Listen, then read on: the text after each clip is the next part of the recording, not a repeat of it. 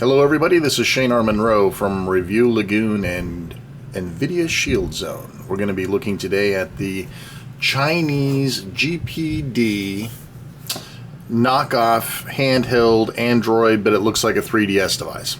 Right, so first of all, you have fantastic things like this box, which in itself is a work of art. You get some sort of Chinese wisdom on the back, you get this weird logo on the front, which doesn't mean anything, I don't think. Now, I've already pulled this thing out, so this isn't a proper unboxing.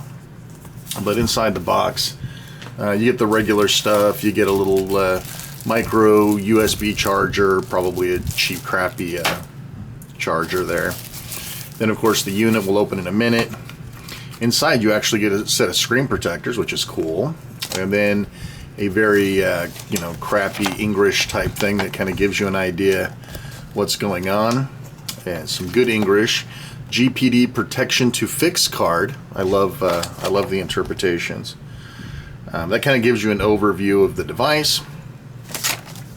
Yeah, we don't need that. And ditch that. Oh, look at the actual unit itself. So this runs about 160 bucks. From your favorite importer.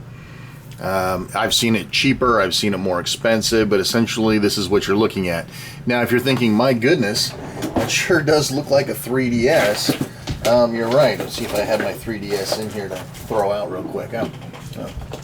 Got my kid's Pokemon. And so, yeah, you could probably be fooled at first look. What do you think? Alright, well, that's enough of that. So let's take a look at the unit. So back here we have the R1 and R2, L1 and L2 buttons. As you can hear, they're very clicky, which is kind of annoying. They're not what I would consider the greatest buttons. There's a micro SD card slot. There's a USB charging slot, as well as a data slot that you can access the card, and HDMI out, which is very cool. Headphone jack. There's absolutely nothing on the sides. There's some strap holders, and of course you have to have Morkies barking in the middle of my any of my videos. No cameras or anything. You'll also notice there's really nothing on the bottom, nothing on the side. It looks like there's a small microphone port right here. So you open this guy up, and that's where it stops being a 3DS, and it becomes something more. It becomes this great Chinese knockoff 3DS looking Android device. So what we have here are two analogs. These feel very much like the PS Vita's analogs.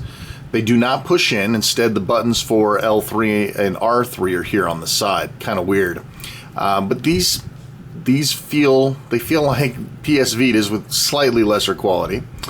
Let's see. We have your standard fire buttons over here. Your face buttons. You've got your D-pad.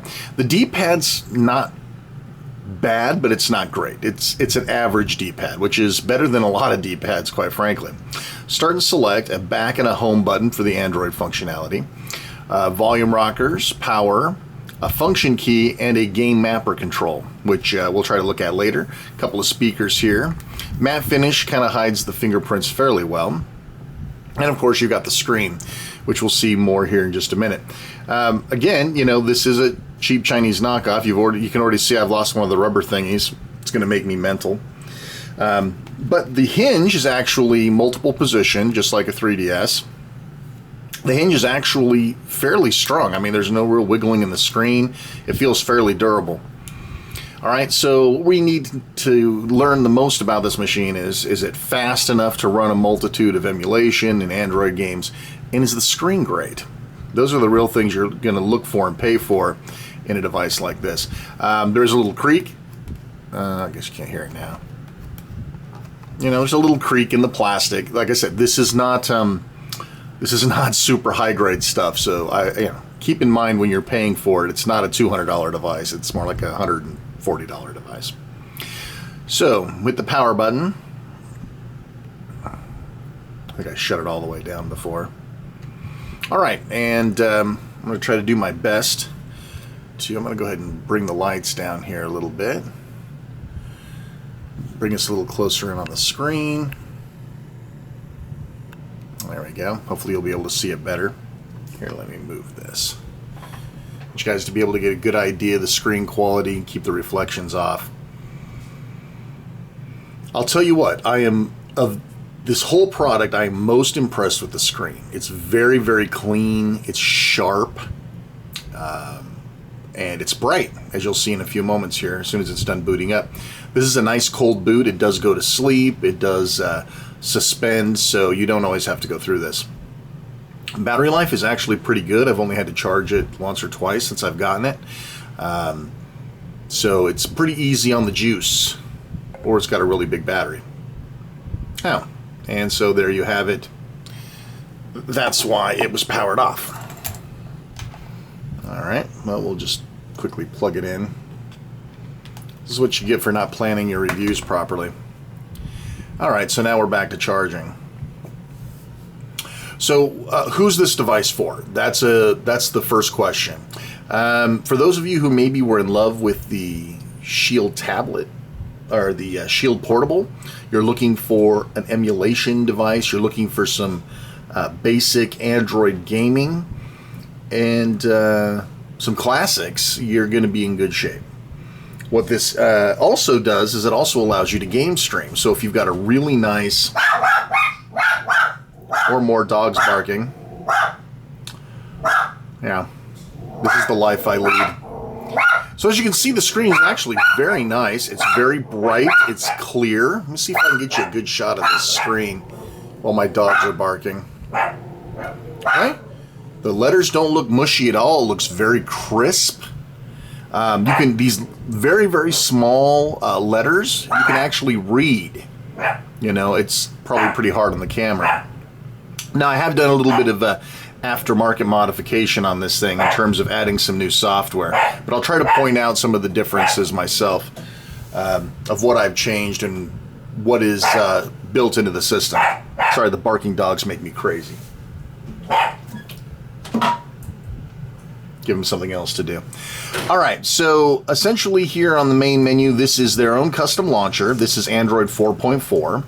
This unit has 32 gigs of memory, and of course the TF card has, I have a 64 gig card in here as well.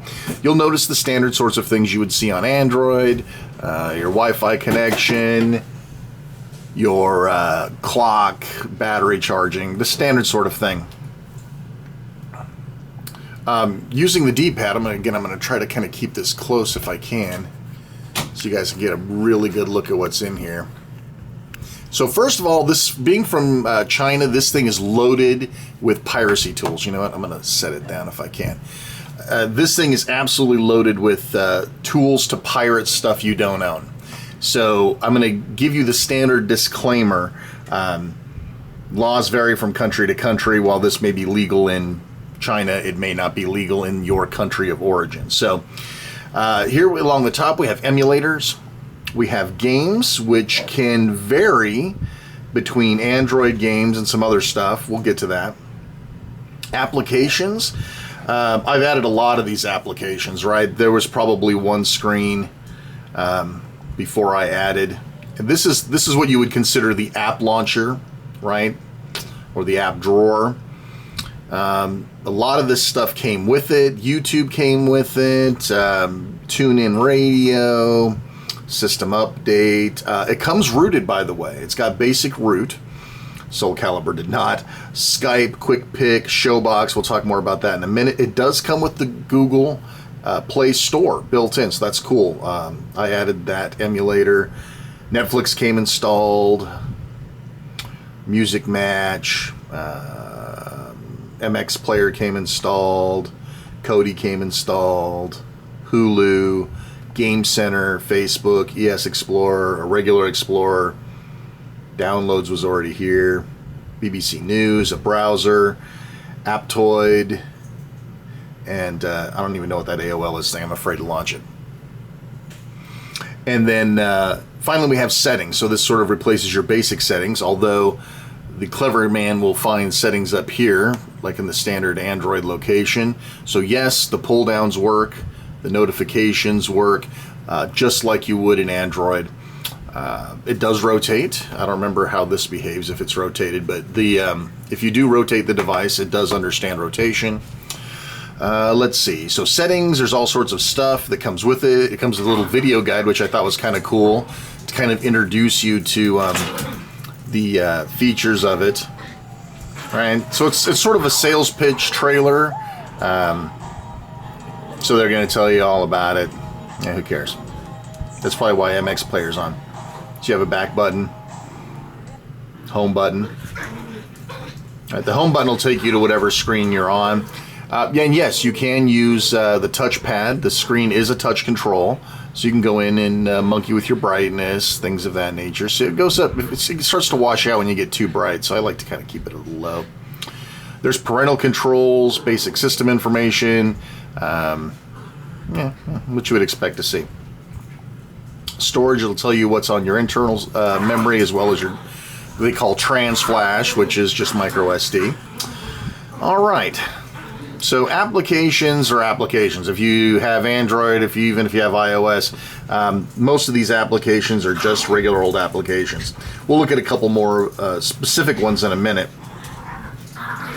Games, we start off with a handful of Android favorites, Riptide GP2, Beach Buggy Racing.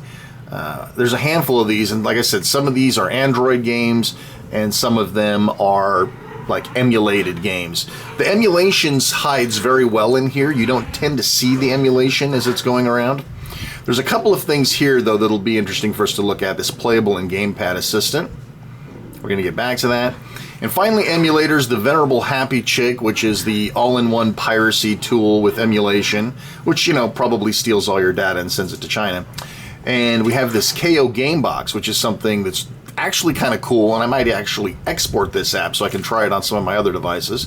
And it comes with the free PPSSPP emulator. Of course, I've got the full version, the gold version.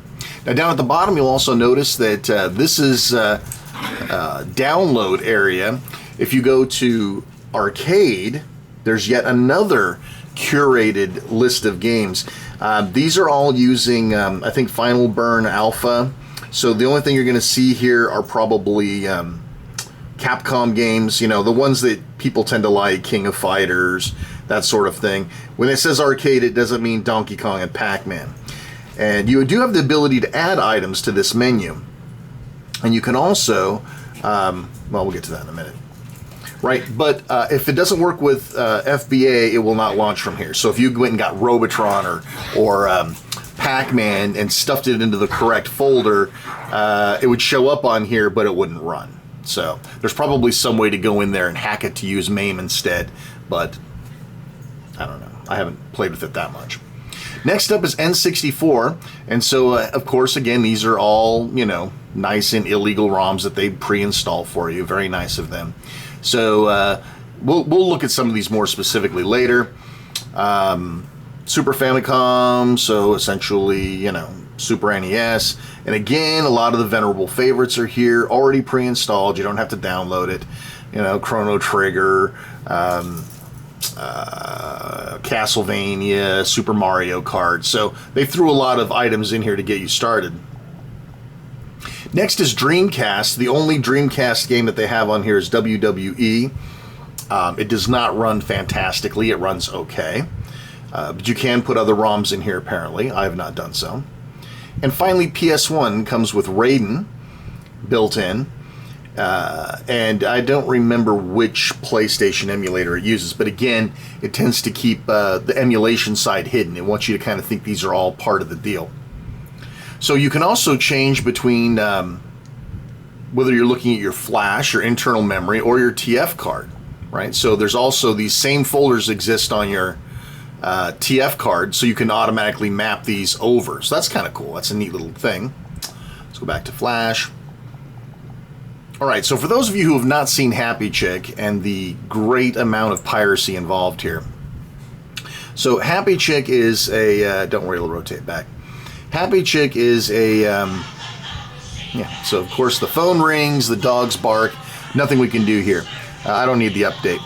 Let's see if I can get this to rotate, because I'm pretty sure Happy Chick was one that rotated. Maybe it didn't. All right, that's fine. We can do it from here. So essentially, every game on the planet is available in here somewhere. Android games, DS games, right? So it tells you right here, it's for Android, it's arcade, it's NDS, it's N64, it's PSP. So all of these are available for download, right? They show in blue, right? If you've already got them, then they show up in orange. So the ones that they were showing you on the other menu also appear in here, and you could start playing them, right? But to show you just how easy the piracy is here, there's no going and searching for ROM sites or any of that weird stuff. Literally, you can just hit download on Super Mario 64. It'll ask you where you want to download it from, and you push the button, and it downloads it. Next thing you know, it'll come up and say start, and you play it. It's really just that easy. So it's really what I would consider sort of the ultimate piracy device for those of you who want to be emulation junkies and pirates at the same time. If you don't own the game, whatever. As you can see, right now it's ready to start, so I can hit start. And it launches the game.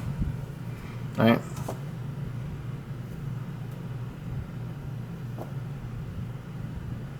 I haven't actually launched this game, obviously, because I just downloaded it, but there you go. Turn the sound up a little bit. Hello. There you go. See? All ready for you to play. It's crazy what they can get away with in China. So we're going to hit home. So Happy Chick has pretty much everything in it. PPSSPP is the same as you've played it on Android, not really anything to go over there. But let's look at this KO game box. This is yet another interface to piracy. This one's not quite as well organized. But you can see here, it automatically detects the system as an Xbox controller. So Android picks it up and uses it. So anything that can use an Xbox controller is built in and ready to run. So you've got different categories, you've got series that they curate for you, as well as games that have just been added to the system, and of course some basic settings. You check your storages. Again, this thing was piecemealed together with pretty much every single possible way that you can pirate software. So, like for example, let's say we go back here and we look in role-playing, for example, right? So they've curated a list of role-playing games. Now, these are not built in, but of course they'll download and you won't think twice about it. Final Fantasy, there's titles you've probably never heard of unless you're a big Japanese game playing fan. Dead or Alive is on here. It's nuts. So if you go down to like the series, right? So this is Arcade Games Top 10. So they've got, 10 different, games for you to choose from here. Raiden's already installed, etc., etc. So it really shields you from the emulation hassles. All right, and then of course you've got, like retro, which is funny because check out some of the offerings here. So retro to them is Pac-Man World 3.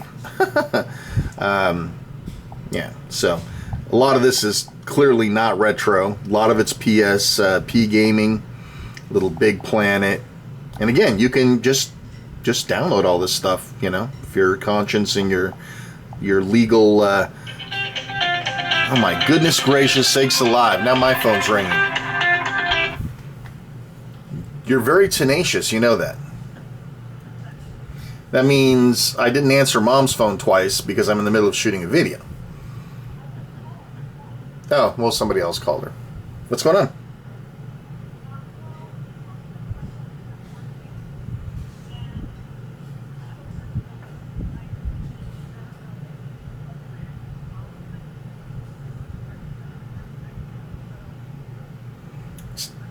Have you tried plugging it into the computer?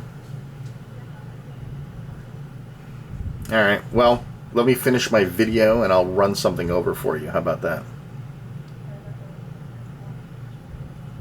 You can't live without your phone. Alright, I'll talk to you in a little bit. I love you too. Bye. So now I get to edit. Alright, so, yeah, so there's also, trust me, you could sit here all day and poke through the endless amounts of stuff that they give you to pirate. Untold Legends, you recognize all this stuff, I know.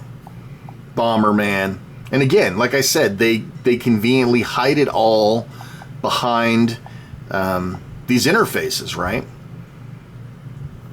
All right, so let's back out of here. Sorry. Let's back out. Let's back out. Yeah, I'm sure we want to quit. So as you can see, these are all just bolted together. So if we go down to arcade, there's really not much to see here. This is just Fireburn Alpha playing standard gaming, you know, standard SNK Capcom games, right? Cadillac and Dinosaurs, you've seen it a million times, right? No big deal there. N64 runs extraordinarily well on here. So just as an example here, I'm going to pick something that's not going to get me my video, get Nintendo pissed off at me, so I'm going to run Ridge Racer. Oh, I saved my game from last time. So here, as you can see, it runs very smooth. Sorry, I'm playing from behind the camera, so you'll have to forgive me. But it's nice and loud. It plays very, very well. Like I said, N64 plays great on this hardware. And the speakers are actually quite loud, if not a bit tinny. Right, so that actually plays very well. So N64 is a good platform to play on here if you're interested. Of course, Super Nintendo, of course, is absolutely great as well. No problems here. I'll just run a Batman game. Again, I'm not going to run Nintendo games because they get all pissy. All right, so again, it picks it up as an Xbox. And of course, most of these games are, you know, 4x3 orientation, so. And, you know, you got the start buttons down here at the bottom, so. As you can see, it works very well to play. Let's see if I can get into some actual game here. Now, a lot of these emulators will be in a little bit smaller screen. I'm not sure if they do that for speed, as you can see. But again, you know, this is a 4x3 game to begin with. As you can see, it plays great. Sounds good. Sure I can hit him, right?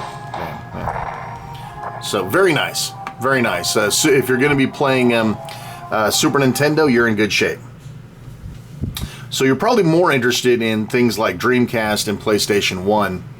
So let's take a look at the Dreamcast emulator. Of course, Dreamcast is one of the great cult classics. Can you make more noise while you're behind me, please? This is how I have to do videos, with noise, dogs barking. All right. So this is, what, WWE, I think. We'll find out in a minute. So you can get an idea as exactly how well Dreamcast stuff plays on here. It's actually not that bad, but, I mean, Dreamcast and PlayStation 1 should be decent on this sort of hardware. Come on.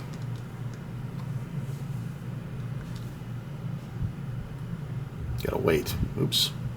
Didn't want that. Over an intro, an intro, an intro, an intro. Yes, move along.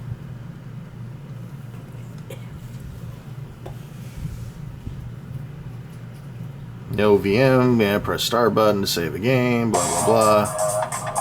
Alright, so it's got some video playback at the beginning. I'm going to do arcade mode. Just pick the defaults.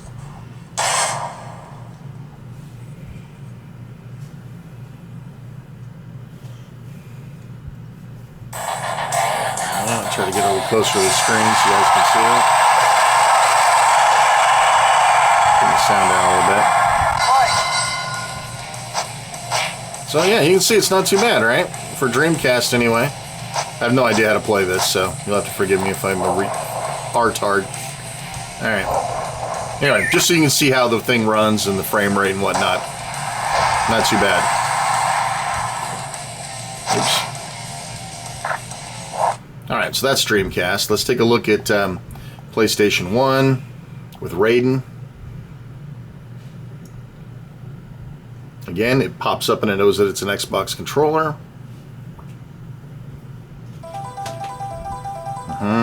Moving on. And PS1 looks just fine on here. I think even the more demanding ones will be fine on here. I haven't gotten anything super high-end on here yet, but for the basics, it plays just fine.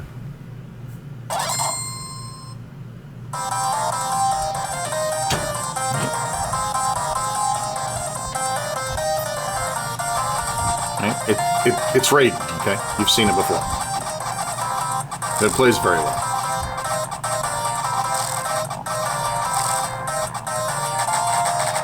Alright, good enough.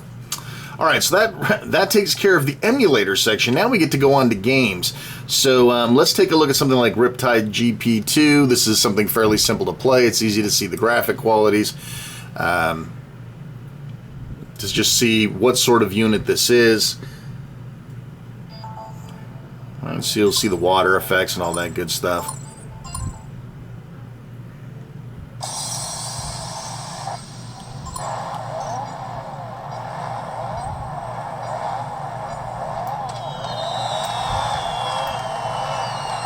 As you can see, the water effects are great, frame rate's great, looks fantastic. Playing with the analog stick, I know you can't see that. Oops, sorry, I was looking at the camera. Alright, so it plays great.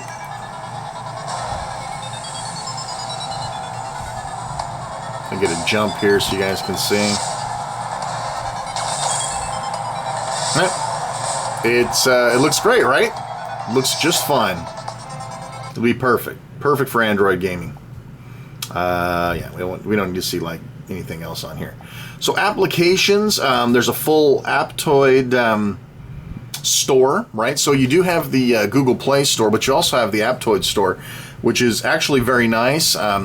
It gives you, like I said, it's essentially a replacement for Google Play. And in some ways, it's actually kind of superior. So it'll handle updates for you. It'll let you track your downloads. Let me see. Let me go to home here. So you can get editor's choices. So again, it's an app store, right? Use your fingers, scroll through, pick up apps. I don't know if these are pay or not. I don't think they are. But again, you've got another means of getting Android apps. Basic browser, nothing to get excited about. I did put some other emulators on, like Drastic, which I'm not going to show because I do not want to get my video banned. Facebook's not going to be any treasure to work on here or any other social media. Hulu's great. I think I put Plex on here. Plex works great. The Play Store works great. Here, I'll show you Soul Calibur. That's actually worth taking a peek at. This is the Android native version, not a Dreamcast or a GameCube emulator version. So this is the one you buy in the Google Play Store. Just to kind of give you an idea, you know, this is a pretty healthy game in terms of processing power required. To give you a nice close screen here. The buttons, by the way, the face buttons are great. Like I said, the D-pad's not the best, but it's definitely not the worst I've ever used. Hey, it looks great, right? Kick her ass off. And off she goes. Alright, so that's another Android game. Again, you do have some basic root. Okay, so there's a couple of things I do want to show you in here. Specifically. Okay, so Moonlight. So Moonlight is the free, non-NVIDIA version of the game stream. So if you have a PC that's equipped with a GeForce card, GTX type card, you can actually stream from your PC to here over wireless. So I'm going to go ahead and link up to my computer right now. And I have to pair it because I haven't done so yet. On this box anyway. There's all your PC games at your disposal. So of course I'm a huge Witcher 3 fan, so let's do a little Witcher 3 action. Alright, so it's going to establish a connection, and on my computer itself I'll let you see that it's actually starting the game stream app up here. But we don't really care about that. All we care about is what we're seeing on here. Alright, so the game will start. Alright, so the other great thing about this, so it's great for emulators all the way up to, now I'm going to tell you right now, if this will not play God of War. All right, if you're looking for a PSP God of War machine, this isn't it. It will play other PSP games very well, but this is not a heavy hitter for PSP games. So keep that in mind.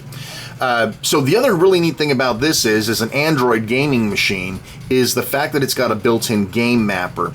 And this is the sort of thing where you'll find an Android game. I'll go back to games here and see if let's see. Oh, well, there was something else. There's some other things to see here, but we'll get to that in a second. So if you run a game and it doesn't support the controller right out of the box, you can actually map it. So let me turn this down here. This game did detect a gamepad. So, but I'm going to hit the gamepad mount, the gamepad button, and you can see you can actually place buttons on the touch screen. You can actually place and change to different modes. You can choose which side's the joystick. It's got a virtual analog thing here. So a lot of the things that you saw on the Shield Portable and other devices, it's fantastic because you can actually take these guys and move them around. So no matter what control system a game requires, if it's only touch, it only uses virtual controls, you can use this guy to map the controls to it, and you can play it anyway. So that's really a neat selling feature. It's something I can't stress enough, being able to map controls to games that do not allow for controller support. Well, listen, gang, you know, that's about it. There's another couple of things for you to look at here. This Playable, yet another illegal Chinese marketplace to go in and infiltrate. So there's more games, things you probably haven't seen, but there's another way of getting more free games in here. Yes, quit. Gamepad Assistant. This is exactly the same thing as we saw before. More Chinese pilfering. So what's hot, the games you have downloaded, games that are gamepad specific. You probably recognize a lot of these games. Over here, it'll say that there's 4,917 more games for you to go find. Now, this is interesting. Look at this. This actually categorizes it neatly into systems for you. So Game Boy, Sega. Oops, that must have been an update or something around there. Interesting. So it's all broken down by system for you. How cool is that? Now, here's the problem. You have to use their emulators, and they have to install their weird Chinese emulators separately. Yeah, so you got to decide whether or not you're willing to risk installing that, especially if you're logged into your Google account or something of that nature. So if you went under PSP, for example, there's a huge PSP library available for you to download. Ridge Racer, you recognize the games. So there's God of War right there, and literally it's just a couple of clicks and the game will be here and ready to play. So again, quite the box. All right, so this does accept external controllers. You can do OTG over this controller port, so if you want to play multiple games, plug this into your TV, plug in another controller over OTG, and you've got a multiplayer console that you can play on the TV in the hotel room, whatever. So a pretty neat device. I certainly wouldn't spend $200 on it, just from the build quality perspective, but it is definitely powerful enough to take care of your basic Android gaming. Game streaming works, plenty of emulation here. It's hard not to recommend one of these things. I mean, it's essentially in the footprint of a 3DS. You slip it in your pocket, you know, just like you could a regular Nintendo product, but this does about 10 billion times more things. It even has the charging light over here like Nintendo's 3DS. So there you have it, folks. Again, if you're an emulator, old school aficionado, if you want something to take with you, you don't want to have to drag the Shield tablet with you, it's pretty cool. The only things that I would complain about would be these nasty, clicky shoulder buttons. These are very hard to get to, by the way. I didn't talk about that. So if you do a lot of PlayStation stuff, you have big hands. Here, let me zoom back so you kind of get a feel here. Right, so if you're, when you're playing like this, your fingers are kind of up, right? So it's really hard to get to these buttons back here while you're playing, especially these ones that are on the side, right? So you got to kind of lay your fingers across it and hope that you can kind of use the crook of your finger to get to that one button.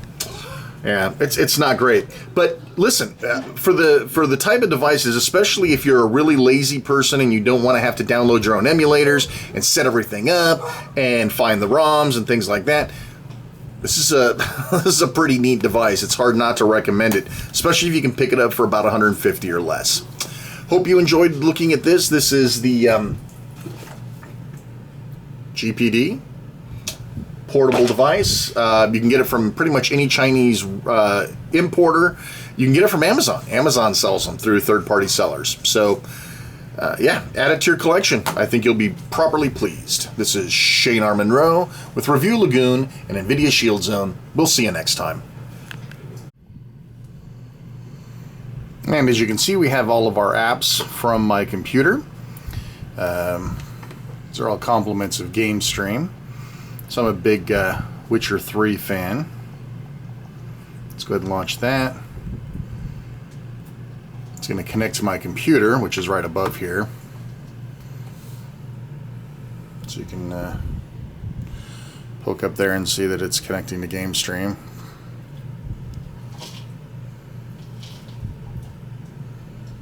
And this does take a moment or two if you've ever used GameStream.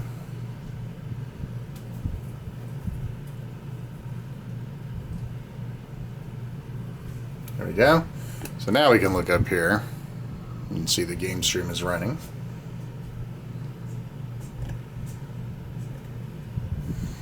And Witcher 3 should begin playing.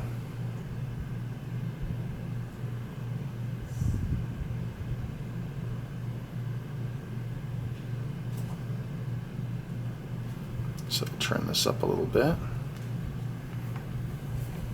Let's make sure you guys can see this well. There we go. Crank that volume up. I see you got it before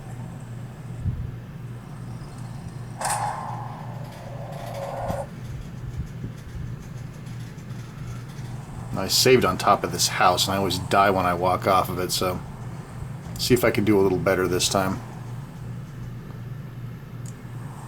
So there you go.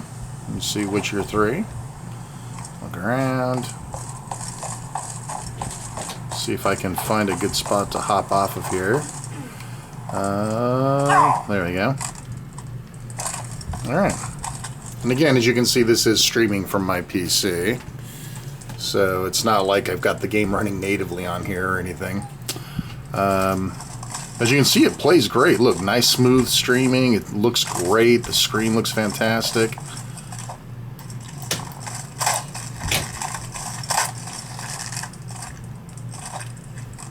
Trying to figure out my control scheme here.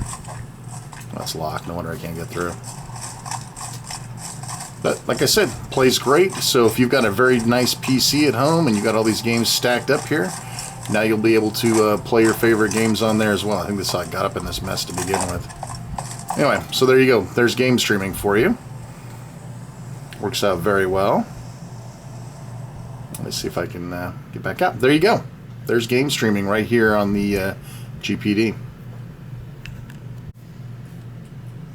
And alright, so now we're in the game streaming. Let me see if I can get some light out of here. Make this a little clearer for you.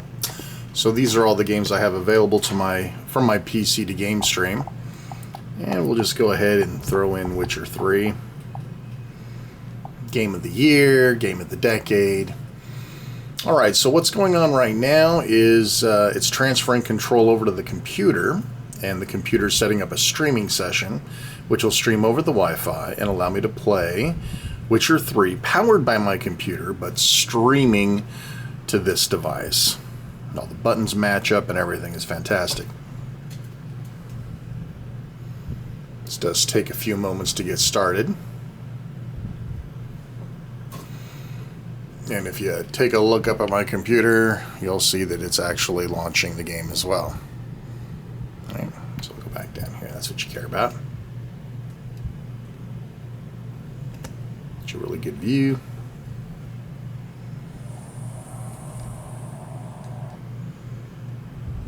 I see you got it before me. Yeah, gathered before you. Let's move on.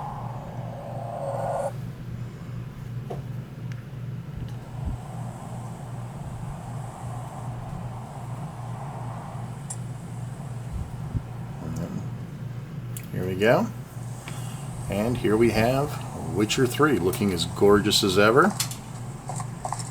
Go ahead and run around a little bit. Let's see how clean this guy is. We'll jump off, roll and land. Let's go check out some of the countryside. You can see it plays just groovy. Looks fantastic, doesn't it? So we got all of our little superpowers.